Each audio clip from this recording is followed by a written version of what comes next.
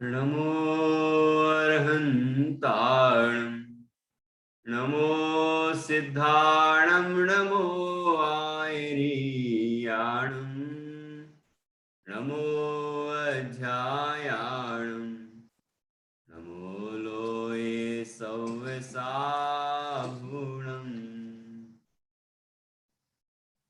अर्हन्त सिद्ध साहु तिदयं जिणधम्म वयण पडिमाहु जिण निलयाय नव देवादिन्तु मे बोहि मंगलम भगवान वीरो मंगलम गौतमो गणी मंगलम कुंद कुंदाद्यो जैन धर्मो सुमंगलम सर्वमंगल मांगल्यम सर्वकल्याणकारकम प्रधानम सर्वधर्माणां जैनम जयतु शासनम जैनम जयतु शासनम भक्तामर प्रणत मौलिमणि प्रभाणा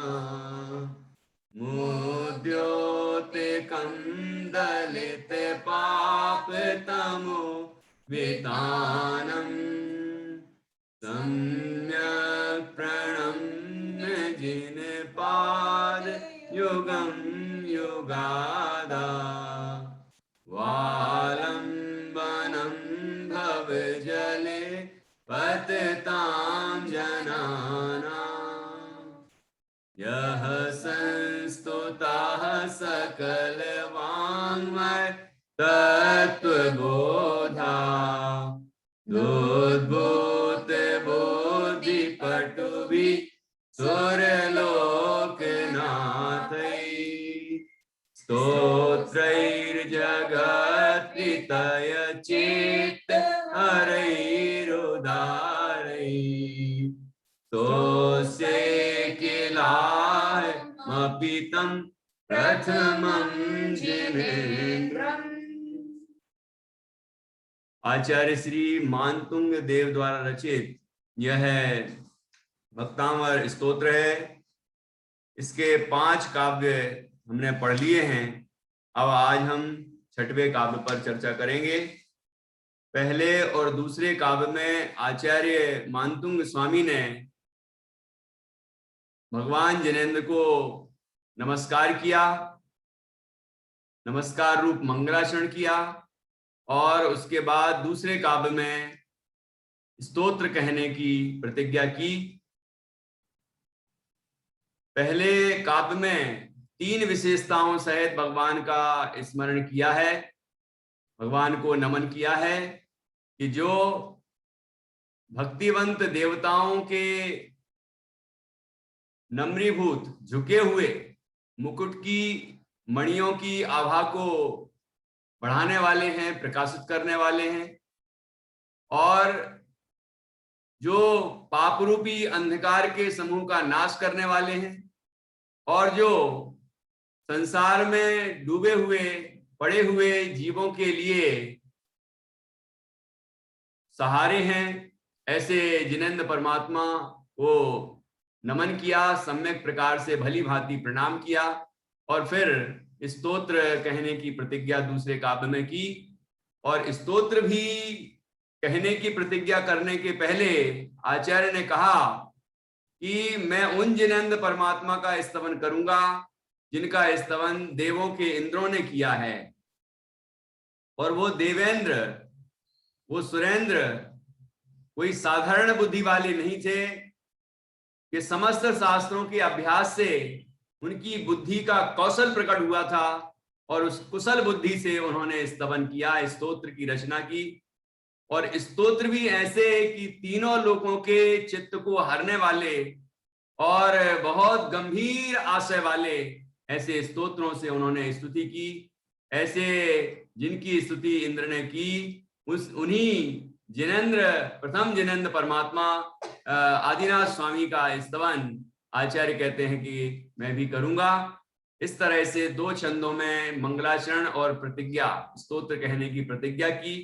फिर तीसरे काव्य से छठवें काव्य तक इन 4 काव्यों में आचार्य ने अपनी लघुता प्रकट की, अल्पज्ञता का प्रदर्शन किया और कहा कि कहाँ भगवान जिनेंद्र सर्वज्ञ परमात्मा अनंत गुणों से भरपूर और जिनके गुण चंद्रमा की कांति के समान विशद, ऐसे जिनेंद्र परमात्मा का स्तवन हम छोटी सी बुद्धि वाले, कम बुद्धि वाले, बुद्धि से रहित जीव कहां से करेंगे।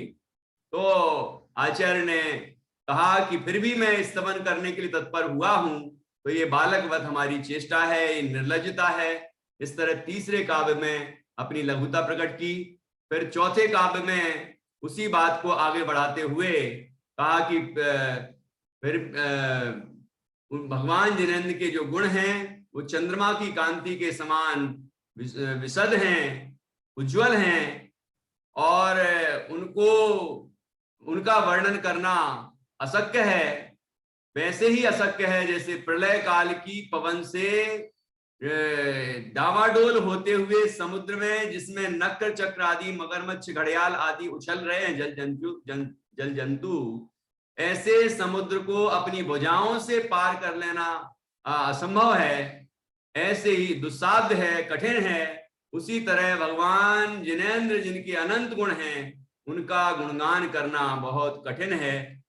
तो जैसे कि हम लोग सुनते सुनते ऐसा कहने लग सकते हैं कि आचार्य श्री की, तो फिर आचार्य श्री आप क्यों ये स्तवन कर रहे हो, स्तोत्र लिख रहे हो।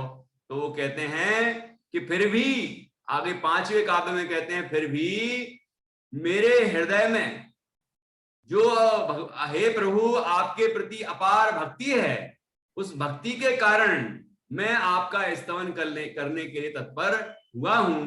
यद्यपि मेरी शक्ति नहीं है, मेरी सामर्थ्य नहीं है, फिर भी भक्ति बहुत है, भक्ति बहुत है, इसलिए मैं आपका स्तवन कर रहा हूं। जैसे कि हिरणी के अंदर शक्ति नहीं है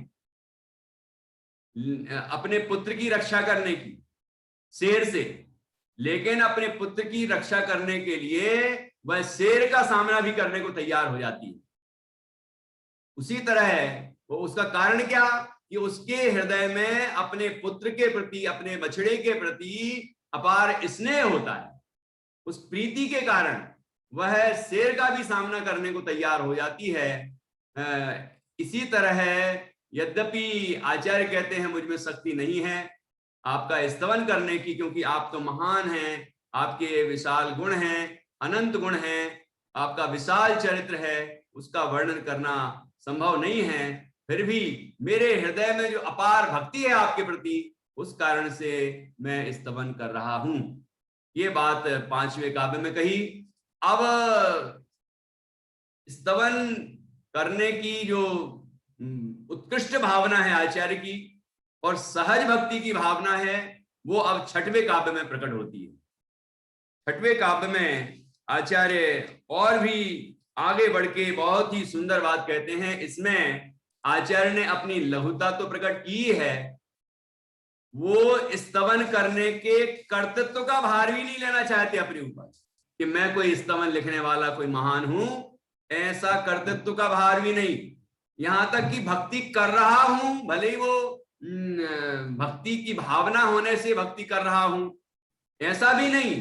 कहते हैं कि मेरे हृदय में जो अपार भक्ति है वो मुझे भक्ति प्रकट करने के लिए, स्तोत्र की रचना करने के लिए स्वतः प्रेरित कर रही है, और मैं बोल नहीं रहा हूं, वो तो बोल रहा है।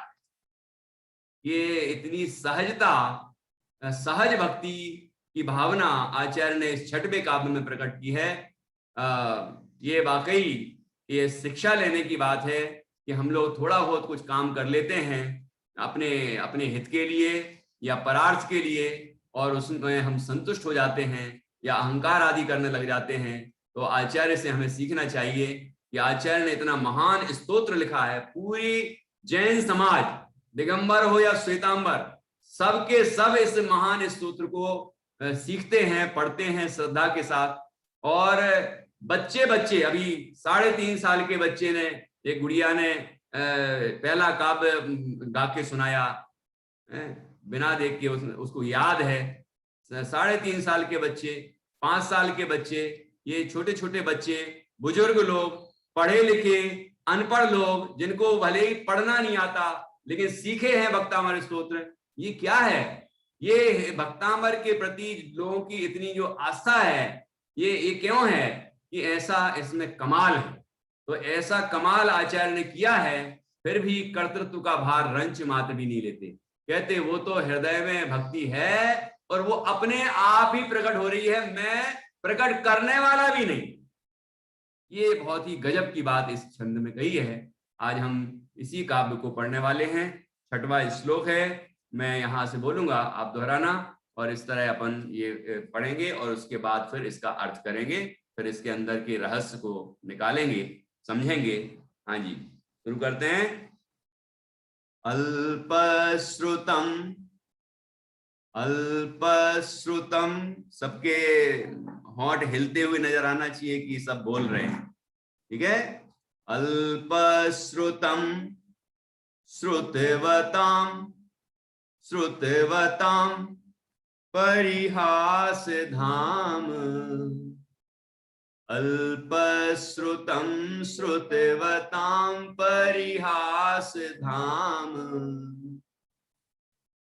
त्वद्भक्तिरेव, त्वद्भक्तिरेव, त्वद्भक्तिरेव मुखरी कुरुते वलान्माम, वलान्माम ना आधा है, ध्यान रखें, वलान्माम, त्वद्भक्तिरेव मुखरी कुरुते वलान्माम। 2 पंक्तियां एक साथ बोलना। अल्पश्रुतम श्रुतवताम परिहास धाम, त्वद्भक्तिरेव मुखरी कुरुते वलान्माम, यत्कोकिलः, यत्कोकिलः किलमधौ, किलमधौ, मधौ मधुरम, मधुरम विरौति, विरौति, यत्कोकिलः किलमधौ मधुरम विरौति, तच्चाम्र, देखो आधा चा है फिर चा पूरा है, तच्चाम्र, बोलिए तच्चाम्र, बोधिता, हाँ उच्चारण करते हुए दिखना चाहिए, रिया, तच्चाम्र, तच्चाम्र चारु कलिका, तच्चाम्र चारु कलिका निकरैक हेतु, निकरैक हेतु, निकरैक हेतु, तच्चाम्र चारु कलिका निकरैक हेतु। ठीक है, अब पूरा पूरा पद पढ़ेंगे फिर उसका अर्थ करेंगे अपन। अल्पस, एक साथ पढ़ना, मेरे साथ ही पढ़ना है, दिखना चाहिए मुझे पढ़ते हुए। अल्पश्रुतम श्रुतवताम परिहास धाम, त्वद्भक्तिरेव मुखरी कुरुते बलान्माम्, यत्कोकिलः किलमधौ मधुरं विरौति, तच्चाम्र चारु कलिका निकरैक हेतु। देखो अब इसका अपन अर्थ करते हैं। ये अर्थ करेंगे जब, तो भी आप शब्दों का उच्चारण भी सीखेंगे और उसका अर्थ भी सीखेंगे। ठीक है, उसके बाद आपसे पढ़वाऊंगा और अर्थ भी पूछूंगा, ध्यान से सुनना। अल्पश्रुतम क्या होता है? अल्पश्रुतम क्यों बोल रहे हैं? अल्पश्रुतम क्यों नहीं बोल रहे हैं? क्या अल्पश्रुत भी बोल सकते हैं, है ना? आपको बताया संयुक्त अक्षर पर जोर आता है ना, तो श्रुत में श्रा संयुक्त अक्षर है, अल्पश्रुतम, इसलिए ऐसा बोल रहे हैं। नहीं तो अल्पश्रुतम, श्रुतवताम ऐसा भी बोल सकते हैं, अल्पश्रुतम, फिर वो लय नहीं बनती ना।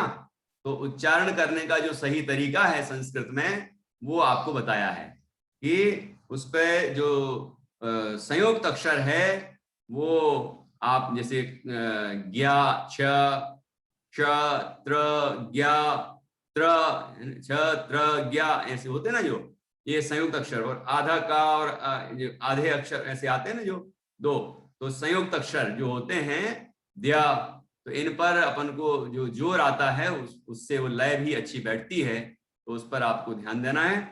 अल्पश्रुतम, अल्प श्रुत का मतलब होता है कि श्रुत तो है, अर्थात वह ज्ञानवान तो है, लेकिन कैसा, अल्पश्रुतम, मतलब अल्प ज्ञान है, ज्यादा शास्त्रों का ज्ञान नहीं, थोड़ा सा ज्ञान।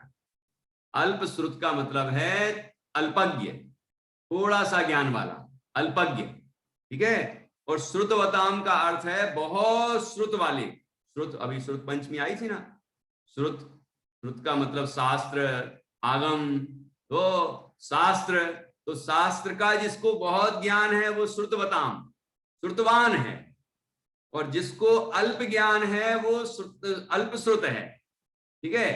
तो बहुत अल्प श्रुत, अल्प श्रुत हूं, आचार्य कह रहे हैं स्वयं को कि वो अल्प श्रुत वाले हैं, मतलब अल्प ज्ञानी हैं। तो श्रुतवताम अर्थात बहुत ज्ञानी, बहुत ज्ञानवान जो लोग हैं उनके द्वारा परिहास धाम, परिहास धाम का अर्थ होता है कि हंसी का पात्र, हंसी का पात्र, परिहास का अर्थ होता है हंसी, कहते हैं ना कि क्यों भाई परिहास क्यों कर रहे हो, हास, हास और परिहास है ना, हास मतलब हंसी और परिहास सर्व ओर से हंसी उड़ाना किसी की। तो ऐसे वो जो बहुत श्रुत वाले हैं, बहुत शास्त्र ज्ञान वाले हैं, बहुत विशेषज्ञ विद्वान हैं, आचार्य कहते हैं मैं तो अल्प श्रुत वाला हूं, अल्पज्ञ हूं। तो विशेषज्ञों के द्वारा, विशेष जो ज्ञाता लोग हैं, विद्वान हैं, उनके द्वारा मैं हंसी का पात्र बनूंगा।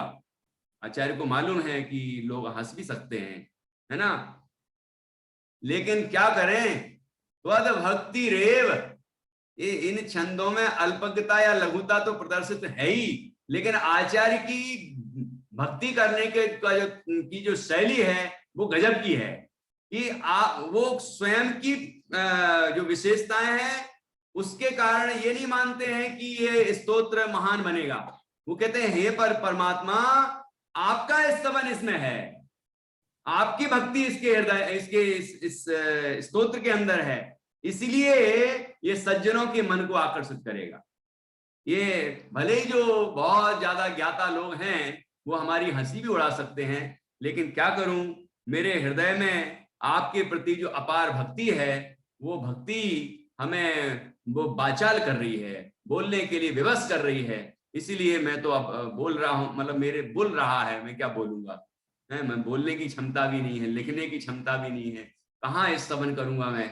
ऐसी अकृतत्व की भावना यहाँ प्रकट की। देखिए, त्वद भक्ति ही एव, आपकी भक्ति ही, मुखरी कुरुते, मुखरी कुरुते, ये जो एक प्रत्यय होता है जिसमें ई मात्रा लगी ना, मुखर, मुखरी कुरुते, तो जैसे ना कृष्णम कृष्णम करोति इति कृष्णी करोति, मतलब क्या, जो काला नहीं है उसको काला कर दिया तो वो कहलाता है कृष्णी करोति। मतलब जैसे कोई गोरा है, उसके उस पे चेहरे पर काला रंग पोत दिया तो वो काला कर दिया ना उसको, तो वो ना कृष्णम की काला नहीं है लेकिन काला कर दिया तो उसको कहते हैं कृष्णी करोति। ऐसी जो मुखरी, मुखरित होना, मुखर होना मतलब बाचाल, बोलने वाला, कहते हैं कि ना मुखरम मुखरम करोति इति मुखरी करोति, मतलब जो बोलता नहीं है लेकिन जो बोल रहा है। समझ में आ रहा है कि मैं क्या कह रहा हूं, बोल नहीं रहे हैं, बोल रहा है। मतलब कभी कभी ऐसा होता है कि हम कुछ बोलना नहीं चाहते लेकिन हृदय में भावनाएं इतनी प्रबल होती हैं कि वो अपने आप प्रकट हो जाती। कहते हम बोलना तो नहीं चाह रहे लेकिन क्या करूंगा, बोल ही गया। बस वही बात यहां हो रही है कि आचार्य कह रहे हैं मैं, मेरे अंदर क्षमता नहीं है तो मैं कहां से लिखूंगा, कहां से स्तोत्र कहूंगा और कहां से ये बोलूं, मतलब प्रस्तुत करूंगा, मेरे तो क्षमता ही नहीं है। लेकिन वो क्या करूं, कि मैं मुखरित हो रहा हूं, बुल रहा है, मेरे अंदर जो भक्ति का भाव है उससे बुल रहा है। ये सहजता इसके अंदर बहुत जोरदार आई है। तो क्या लिख रहे हैं, मुखरी कुरुते, कि मुखरित कर रही है।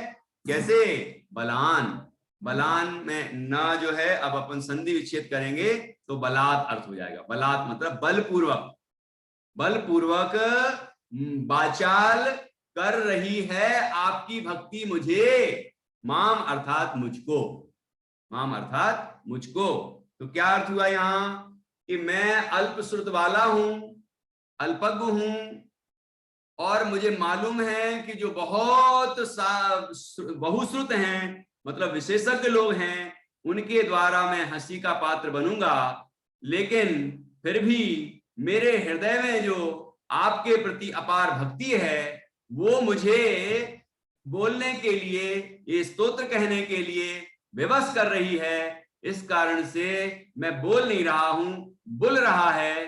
ये सहजता यहां प्रकट की है। अब इसके लिए उदाहरण देखिए कितना जोरदार दिया है आचार्य ने। उदाहरण भी इतने जबरदस्त दिए हैं कि बिल्कुल सटीक बैठते हैं। अभी पिछला जो उदाहरण दिया, अब ये वाला उदाहरण दे रहे हैं। देखिए क्या कहा है, यत कोकिला, यत कोकिला, जैसे जो कोयल, किल मधु, किल मतलब वास्तविक रूप से, निश्चित रूप से, मधु मधुरम विरौती, मधु अर्थात होता है मधु ऋतु होती ना, मधु, मधु अर्थात वसंत। तो मधु का मतलब है वसंत ऋतु में, वसंत ऋतु में मधुरम विरौती, मधुर बोलती है। कोयल निश्चित रूप से वसंत ऋतु में मधुर बोलती है, उसके कारण क्या है, क्यों बोलती है, कोई बताएगा कि भाई कोयल जो मधुर बोलती है उसका कारण क्या हो सकता है? आपने कभी सोचा है? चलो कौन बताएगा, ये बता दो। चलो, अभी बसंत ऋतु आई थी ना, फरवरी के लगभग आती है, तो आप बताओ कि ये आखिर कारण क्या है कि वो मधुर क्यों बोलती है? हाँ, ये सिया बता रही है, चलो बताओ।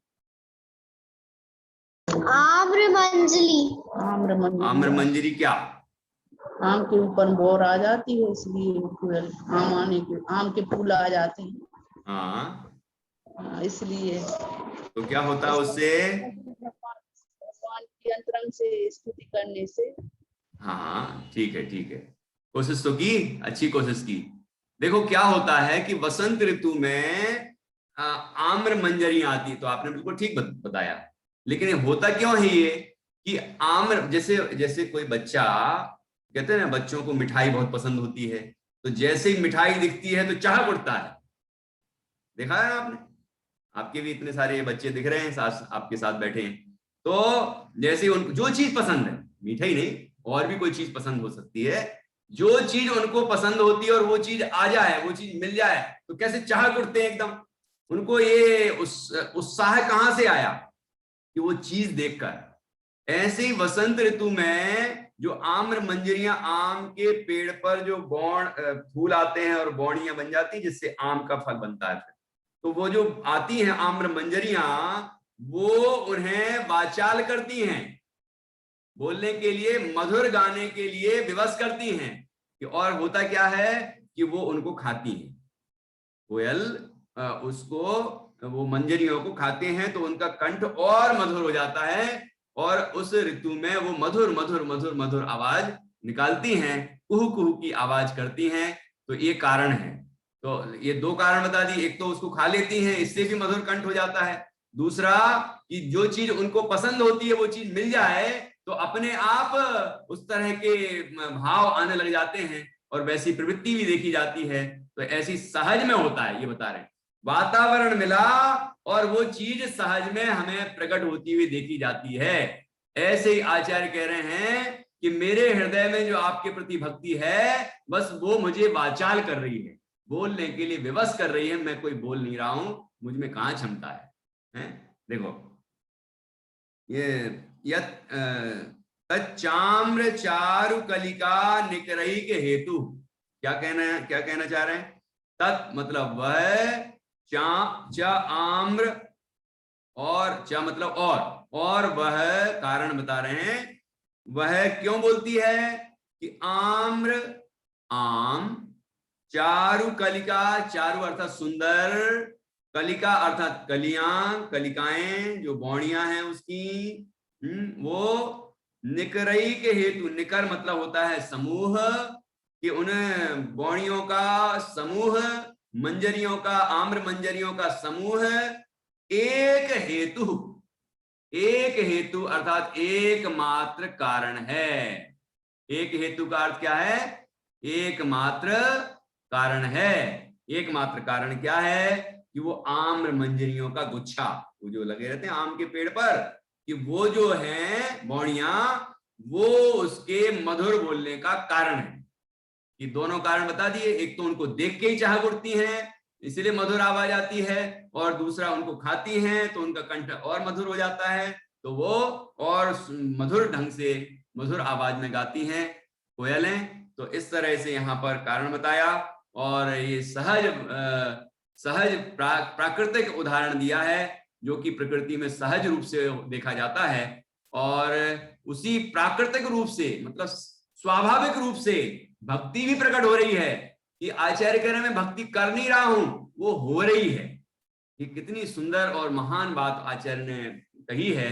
ये सहज भक्ति का एक बहुत सुंदर उदाहरण है, और हमें सीखने लायक है कि हमें भी इसी तरह कर्तृत्व का भार बिल्कुल भी अपने हृदय में नहीं लेना चाहिए, और सहजता पूर्वक भक्ति करना चाहिए, भगवान का गुणगान करना चाहिए। जिनवाणी का स्वाध्याय, चिंतन, लेखन, जो भी कार्य हम धर्म प्रभावना के कार्य जो भी हम करते हैं, आराधना हो या प्रभावना हो, उसके कार्य जो करें वो सहज रूप से करें, स्वाभाविक रूप से करें, उसमें कर्तृत्व का अहंकार अपने ऊपर ना लें। ये शिक्षा हमें यहाँ से मिलती है।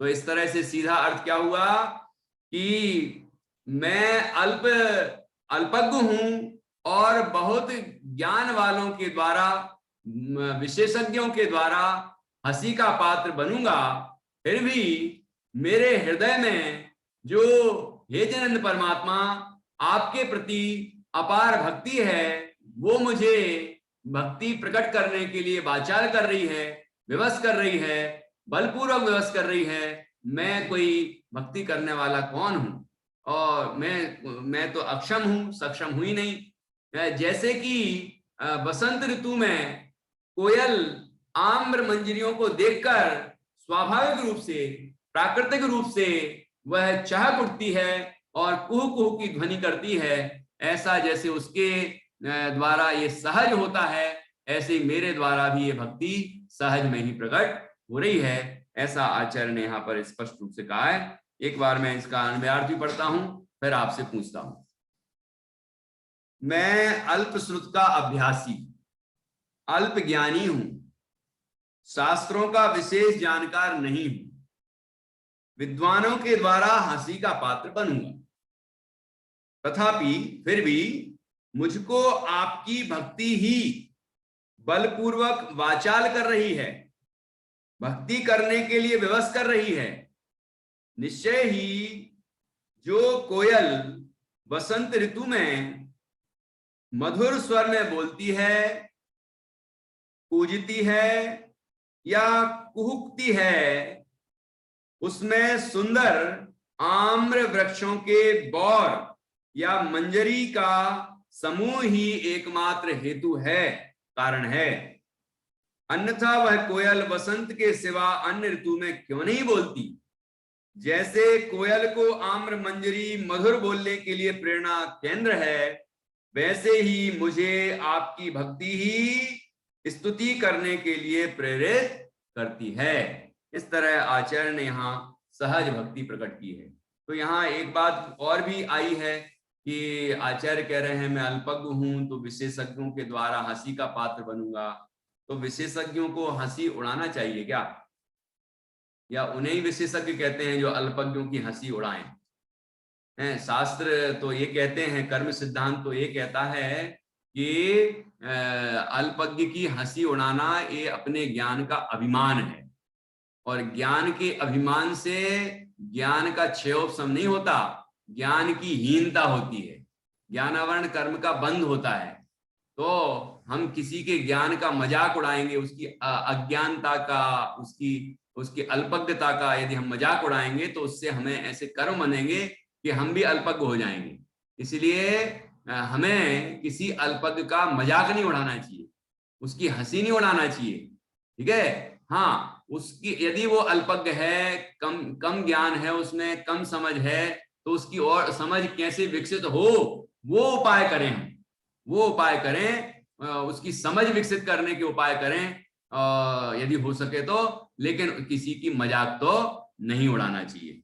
तो इस तरह यहाँ पर आचार्य ने इन 4 काव्यों में अपनी सहज भक्ति, देखो क्रम देखिए आप, तीसरे काव्य से 6वें काव्य तक पहुंचे तो आचार्य ने कहा कि मेरे हृदय में जो आपके प्रति अपार भक्ति है वो मुझे बोलने के लिए विवश कर रही है। मैं स्वयं भक्ति नहीं कर रहा हूं, वो तो मुझे अपने आप बलपूर्वक स्तुति करने के लिए प्रेरित कर रही है।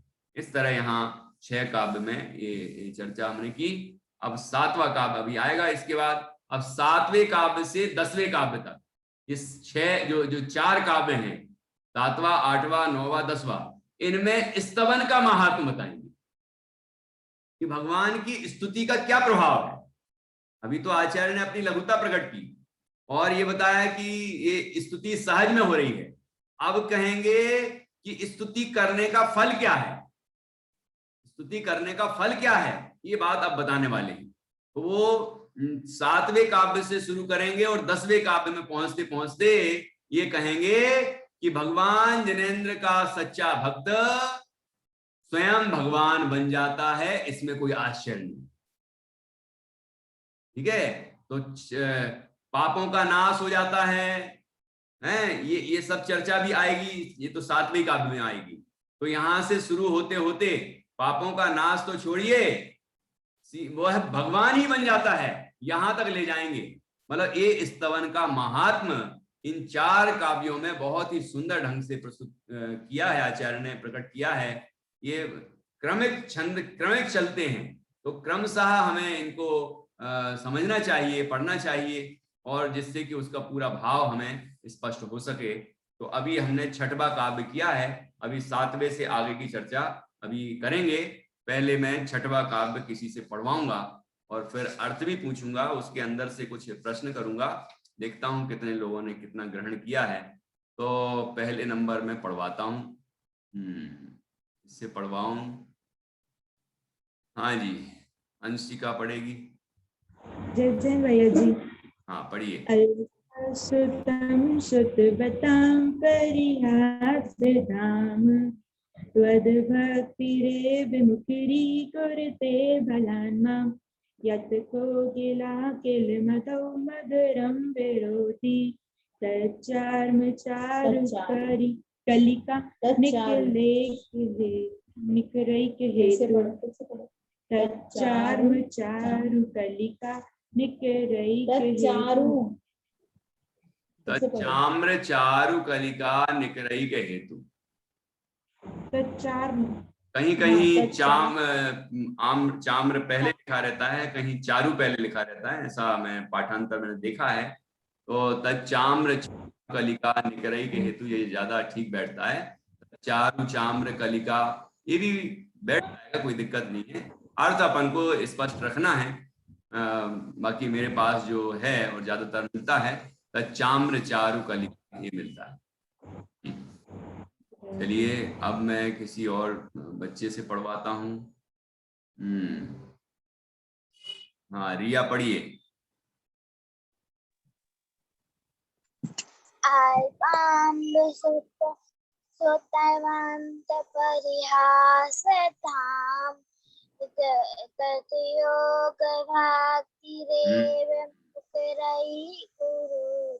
अभी और अभ्यास की आवश्यकता है रिया आपको, आप रिकॉर्ड करके भेजना, फिर मैं बताऊंगा कि क्या क्या और सुधार की जरूरत है। और दूसरे बच्चे अभी जो गाएंगे ना उसको भी सुनना ध्यान से, तो आपको खुद ही समझ में आएगा कि आपने कौन से शब्द छोड़ दिए, कौन से शब्द का क्या उच्चारण किया, वो अभी दिखेगा आपको, है ना।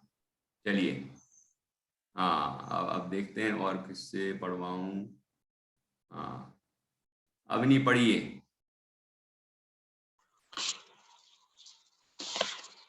अल्पश्रुतं श्रुतिबतां परिहासिधाम तद्भक्तिरेव मुखरीकुरुते बलान्मा यत्तु किलैकिलिमधौ मधुरं विरोति तच्चार्मचारुकलिका निर्निग्रहिक हेतु। कोई चारू चाम्र बोलेगा तो मुझे कोई आपत्ति नहीं, आपको जैसे ठीक लगे वैसा बोलिए। चारू चाम्र या तत्चाम्र चारू जो आपकी किताब में हो वो बोल सकते हैं। अब इनकी जो गलती बताएगा उससे मैं पढ़वाऊंगा, जो गलती बताएगा उससे ही पढ़वाऊंगा मैं। तो कौन बताएगा गलती? हाँ देखता हूँ इधर, ये महरोनी के बच्चे बताने वाले हैं। हाँ देखते हैं कौन बताता है। पहले गलती बताना। हाँ भैया जी। हाँ तो बताइए। बोला था। अच्छा, और ये तो हो गई बात, और कुछ गलती हुई है? ये तो आगे पीछे हो गया, वो उतनी बड़ी बात नहीं है। और बताओ। बलान माम। बलान माम, वो तो ठीक बोला है। उसके पहले एक शब्द है वो, चलो देखता हूँ कौन बताता है। हाँ प्रतिष्ठा बता रही है क्या? का ध्यान से सुनना चाहिए। वो कुरुते में और वो लटकों की लहर में गलती है। कहाँ? अरे वो नहीं समझ में आ रहा है अभी, आप बोल क्या रही हैं बताइए पहले। में गलती है। थोड़ा अच्छे से बोलिए, जोर से। जोर से बोलो, जोर से। ठीक है। ठीक है।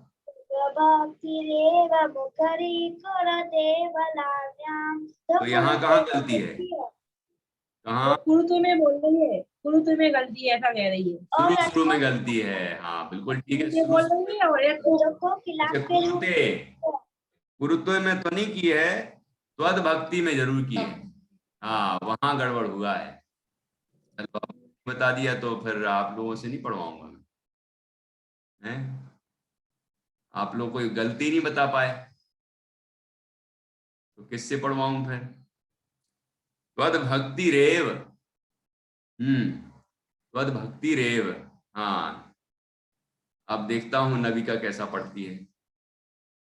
हाँ पढ़िए। अल्पश्रुतं पतां परिहासधाम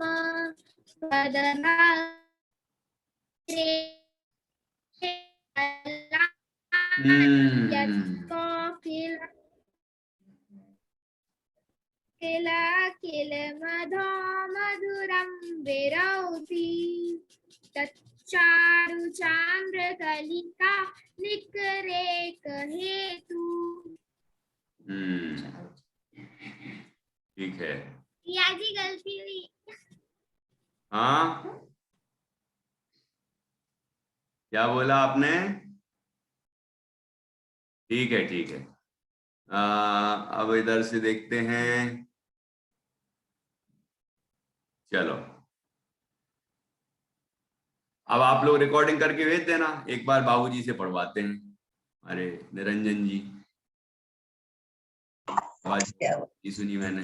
अल्पश्रुतं श्रुतवतां पर्यासदाम त्वद्भक्तिरेव मुखरीकुरुते बलान् माम् यत् कोकिलमधो मधुरं विरोति तच्चाम्रचारुकलिकानिकरे हेतु। बहुत बढ़िया। देखिए आपने सुना ध्यान से, कितना स्पष्ट और शुद्ध और मधुरता से आपने पढ़ा है। ऐसे सभी को सीखना है और अभ्यास करना है। और जब आप बोलें तो दूसरे को वहां पर बिठाइए, या फिर आप रिकॉर्डिंग करके पहले स्वयं सुनिए, मिला के, है ना, जैसा याद है वैसे नहीं, मिला मिला के, उसमें अक्षर अक्षर मिला के फिर सुनिए, तो आपको खुद ही गलती समझ में आ जाएगी अपनी। बहुत सारी गलतियां तो हमें स्वयं ही आ जाती हैं, है ना, और फिर आप दूसरे को सुनाइए तो हो सकता है कि वो व्यक्ति बता दे। लेकिन आपसे जो विशेषज्ञ हो उसको सुना ना, आपसे कमजोर होगा तो वो आप हाँ हाँ बढ़िया ही बढ़िया है, बढ़िया ही है, और क्या है, सब ठीक ही है, ऐसा कहेगा वो। तो इसलिए आपको यदि सुधार करना है तो फिर सुधार सके उसके सामने बोलिए, ठीक है। आपके घर में जो भी अच्छे से पढ़ते हैं, बढ़िया जानते हैं, उनके सामने पढ़िए, ठीक है। चलो, ये नेटवर्क यदि ठीक आएगा तो नित्या जान्या मैत्री सब सपरिवार एक साथ जरा बोल दो, बहुत आनंद आएगा पूरा परिवार जब बोलेगा। हाँ जी, नेटवर्क तो सही नहीं आता है।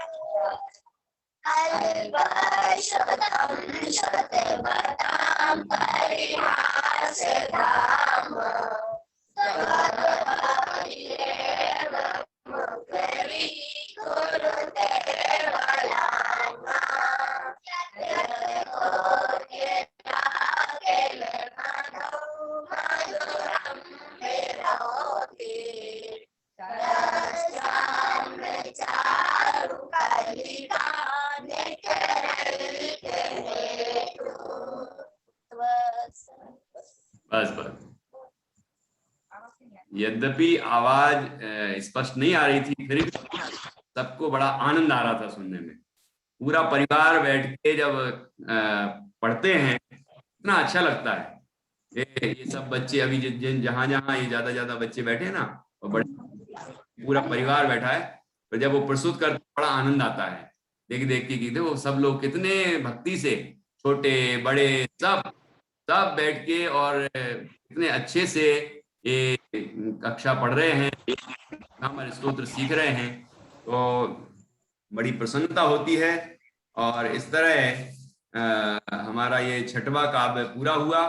अब मैं 7वां काव्य यहाँ से पढ़ूंगा, आप लोग ध्यान से सीखेंगे। बाकी बच्चे और जो भी जिनने अभी पढ़ा है प्रतिष्ठा, आप लोग रिकॉर्डिंग करके भेज देना, ठीक है। तो यहाँ ऐसा नहीं सोचे कि यहीं पढ़ें सब लोग, रिकॉर्डिंग करके भेजिए और हम सुनेंगे। आपकी गलतियां होंगी तो सुधार कर देंगे, और इस तरह आप बढ़िया से कर सकेंगे। और कल से आपको आपका टाइम टेबल तो पता ही है, 4 बजे से 5 बजे तक की क्लास है, अब 2:30 बजे वाली नहीं है, इसलिए 2:30 बजे मत आ जाना है, क्योंकि मैं तो मिलूंगा ही नहीं 2:30 बजे। फिर ये मत कहना मैसेज कर करके ये भैया ये क्लास नहीं ले रहे क्या, कि क्या आज संडे था तो कोई का 2:30 बजे ही मैसेज आ रहा है, फोन आ रहा है, किसी का 4 बजे आ रहा है कि भैया जी क्लास नहीं लग रही क्या, आज क्लास नहीं लग रही क्या। तो अपना सुबह कार्यक्रम होता है ना 9 से 11, उसके बाद संडे को फ्री हैं आप, तो कोई अपने घर के और भी काम हो सकते हैं तो वो आप आराम से कर सकें, इसलिए हमने सुबह सुबह कार्यक्रम कर दिया। और अब उसके बाद आप फ्री हैं तो उसमें पूरे उत्साह के साथ समय पर आइए, पूरा समय रहिए, तो अब दूसरे बच्चों को भी प्रेरणा मिलती है, कोई अतिथि आते हैं तो उनको भी अच्छा लगता है।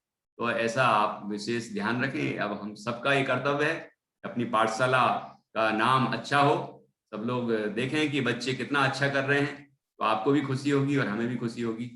और इस तरह से समय पर पधारें। ये क्लास जो 8:15 से 9:15 वाली है, ये तो रेगुलर ही है, कोई संडे नहीं, कोई मंडे नहीं, सब 7 दिन क्लास होगी, ठीक है। लेकिन जो बच्चों की क्लास है वो सोमवार, मंगलवार, बुधवार, शिशुवार के लिए 4 से 5, और उसी 4 से 5 में गुरुवार, शुक्रवार, शनिवार, ये 3 दिन बाल वर्ग के लिए है। और रविवार को सुबह कार्यक्रम रहेगा बस 9 से 11, ठीक है। कोई विशेष कार्यक्रम अथवा सामूहिक कक्षा रहेगी, कोई हम और भी विशिष्ट विद्वानों को भी आमंत्रित करेंगे, तो इस तरह हम सब सूचना दे दिया करेंगे। तो आप और जो शिशु वर्ग वाले हैं वो बाल वर्ग के टाइम में भी बैठना चाहें तो आमंत्रित हैं, बाल वर्ग वाले शिशु वर्ग वाली क्लास में बैठना चाहें तो सादर आमंत्रित हैं। लेकिन कोर्स उनके हिसाब से ही चलेगा, जिस वर्ग की क्लास है उस वर्ग का ही कोर्स चलेगा, इसलिए वो आपके लिए नया है, वो सब नया है आपके लिए, तो आपके लिए तो बहुत आनंद ही आने वाला है दोनों क्लासों में, तो आप आ सकते हैं। चलिए, तो 7वां काव्य पढ़ेंगे अब अपन, ठीक है। 7वां काव्य देखिए, ध्यान से सुनना और बोलना उसको। त्वत्संस्तवेन देखो ध्यान से पढ़ेंगे आप। अभी जैसे रिया ने पढ़ा, तो रिया ने जैसा पढ़ा तो रियली मुझे उतना आनंद नहीं आया, लेकिन अब वो यदि ध्यान से पढ़ेगी तो रियली मुझे आनंद आएगा। क्यों रिया, पढ़ोगी कि नहीं? हाँ शाबाश। जो वत्संस्तवेन वत्संस्तवेन भव संतति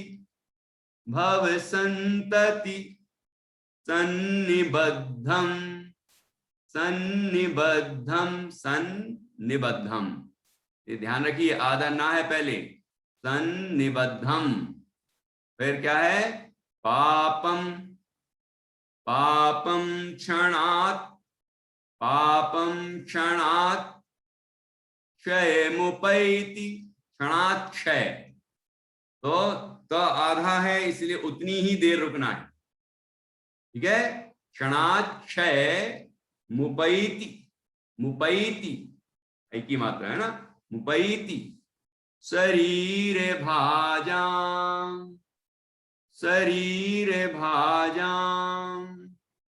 वत्संस्तवेन भव संतति सन्निबद्धं पापं क्षणाक्षय मुपैति शरीर भाजां।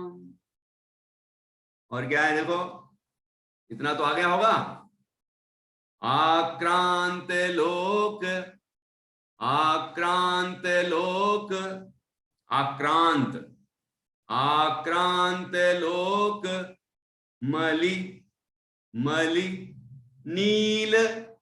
मलिनील मशेष मासु।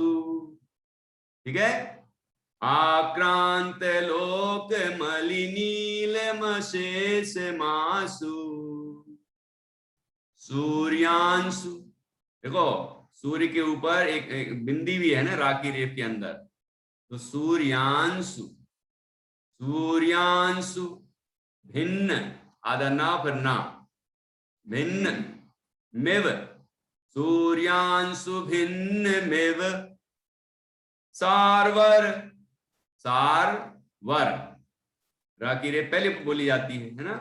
सारवर मंधकारम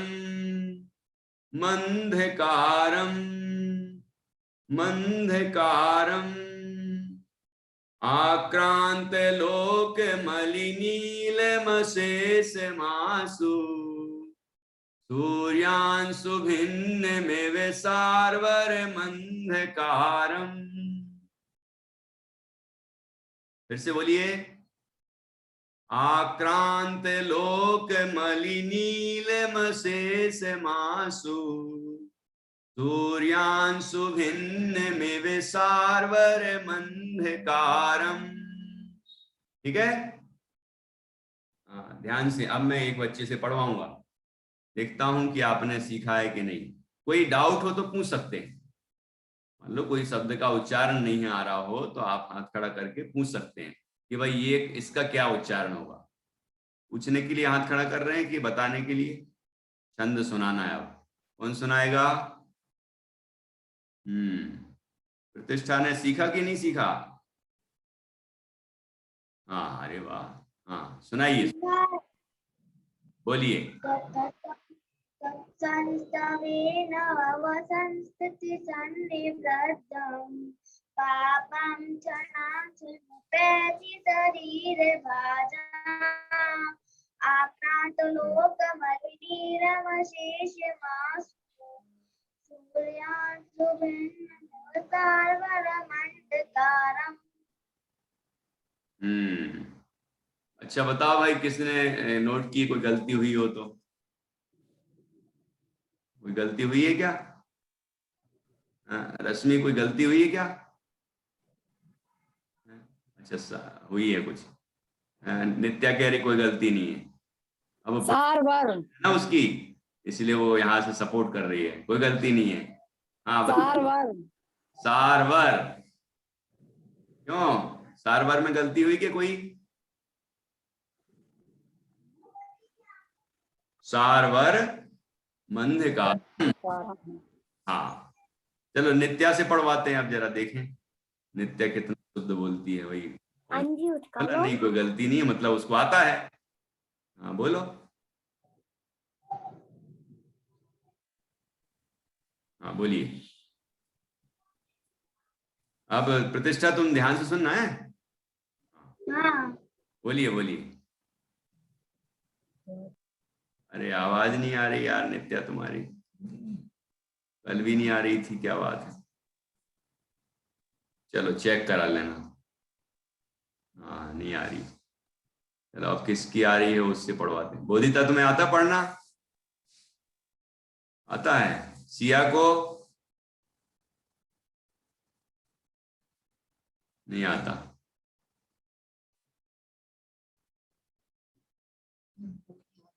किसको, हाँ किसको पढ़वाऊं? भूमि भूमि भूमि बोलेगी। चलो देखते हैं। मेरे को बोलने में मेरे को एक उच्चारण करना नहीं आ रहा है। किसका बताओ?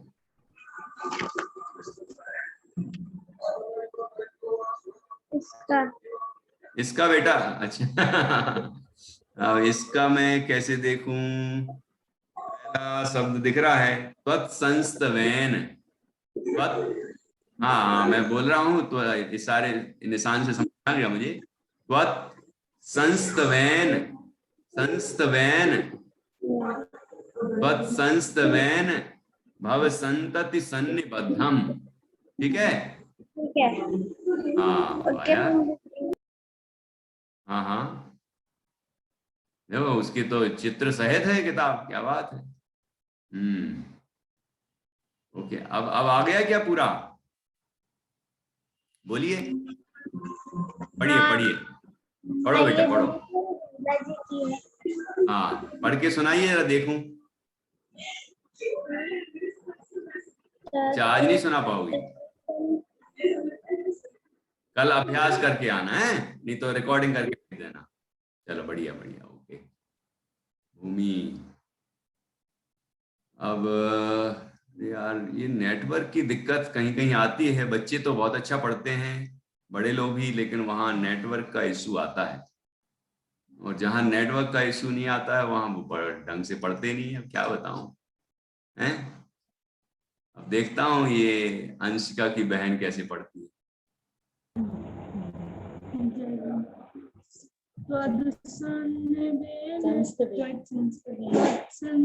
संस्तवेन भव संस्तति सन्निबद्धं पापं क्षयमुपैति शरीर भांजाम रुकिए रुकिए, तो इससे मुझे समझ में आया कि और अभ्यास करना है आपको। मम्मी ये जब तो तभी सिखाती हैं, पहले आगे पीछे सिखाना चाहिए आपकी मम्मी को। अभी जैसे तुम बोलना शुरू करते हो तो बीच में टोकती हैं। अभी क्लास के बाद सिखाना, तब उसका सुधार हुआ। मैं कल देखूंगा फिर कितना सुधार किया है। अंजलि जी नहीं पढ़ूं? अच्छा आप पढ़ेंगी, पढ़िए पढ़िए, अभी ध्यान से सुनना। संस्तवेन भव संतति सन्निबद्धं पापं क्षणाक्षयमुपैति शरीरराजाम् आक्रान्तलोकमलिनीलमशेष मासु सूर्यांशुभिन्नमिव शार्वरमन्धकारम्। ठीक है, एक गलती मुझे ऐसा लगा, भले ही हो सकता है कि नेटवर्क के कारण उच्चारण में नहीं समझ, पहले शब्द में। हाँ त्वत्संस्तवेन। हाँ अब ठीक है, अब ठीक है। त्वत्संस्तवेन, बहुत बढ़िया। ऐसा लगा कि त्वद बोला है, त्वत्। गुड, ठीक, ओके ओके गुड, बढ़िया। अब कल इसका अर्थ करेंगे। आज ये उच्चारण सीख लिया है, कल इसका अर्थ करेंगे, फिर आगे भी बढ़ेंगे। तो सभी तैयार रहेंगे। और अब मैं अपन जिनवाणी स्तुति करेंगे, तो देखते हैं कि कौन स्तुति तैयार करके आया है। तैयारी से नहीं आते, उत्साह तो बहुत है सब में कि मैं सुनाऊं, लेकिन वो तैयारी भी तो होना चाहिए। नेटवर्क भी तैयार हो और आपकी भी तैयारी हो, दोनों तैयारियां होना चाहिए। अब ये देखो मेहरोनी वाले बच्चे सब कितने उत्सुक हैं, लेकिन वो नेटवर्क दिख रहा है आपको स्पष्ट ही। चलो क्या करूं। हाँ चलिए, यदि आवाज अच्छी आएगी वहां से नेटवर्क से तो आपसे गवाएंगे, नहीं तो मैं दूसरे से कहूंगा, ठीक है। नहीं वो गड़बड़ कर ही रहा है, देखते हैं। हाँ सुनाइए। पुण्य उदय से जिनदार में पा गया। नहीं वो भजन तो समझ में आ गया, लेकिन वो आवाज समर्थ। चलो नित्या भी आवाज नहीं आ रही, क्या करूं। अरे उत्साह तो अच्छा है बेटा, लेकिन वहां होना भी तो चाहिए। हाँ चलो, आर्या सिद्धि आर्या सुनाएंगी। पंडित जी आपने मेरे को अनम्यूट किया नविका को। हाँ तो देखिए, चेक करिए, यदि नेटवर्क सही आ रहा हो तो आप गाइए। सिद्धि आर्या।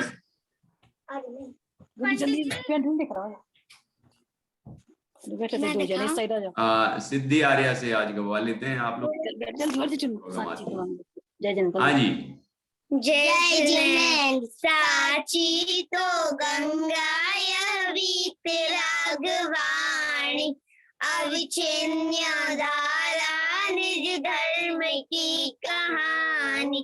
जामे अति विमल अगाध ज्ञान पानी, जहाँ नहीं संशय आदि पंख की निशानी।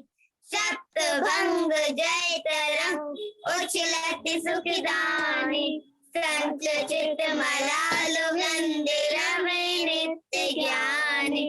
साके अवगान तय शुद्ध होए प्राणी, वाग चंद्र नैश्चर्य घट माहिया प्रमाणी।